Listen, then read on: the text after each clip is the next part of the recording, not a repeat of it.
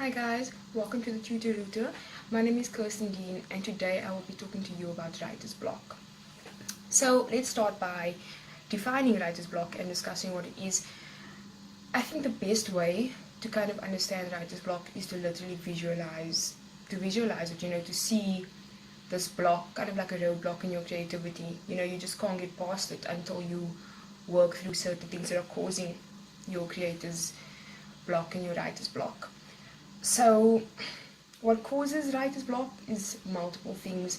What I've found in my own personal experience is that when I'm not coping with things that are happening in my life, or when I'm ignoring things that I'm going through, or things that I need to kind of sort out, that's when my writer's block kind of comes into play. I find myself struggling to write anything really, and whenever I do write, I'm more satisfied with it. And I think that's the case for a lot of writers and creative people in general. I think what also causes writer's block is when you aren't connecting with your craft enough. When you aren't reading other people's work, when you aren't identifying what works for you and what doesn't, when you kind of just write for the sake of writing and don't really give the craft of writing any justice. So working through writer's block can be very frustrating. It can take lots of time.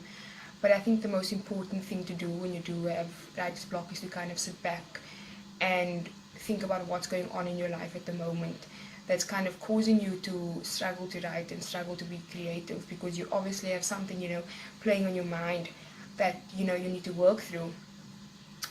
And I think one of the best ways to also work through writer's block is to just, connect with other work, connect with other writers, other creatives, read their stuff, feel it in your bones. You need to read in order to write, and I've said this in my previous video.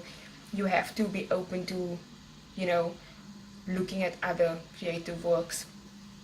Yeah, and I think it's also important to just identify what's going on in your life and admit that, you're struggling with certain things, and as soon as you can admit that, you can work through it and you'll be, writing once again. And also just, keep writing, whether it's stuff you don't like, whether it's work that you're not happy with, just keep writing until you get to, the good stuff.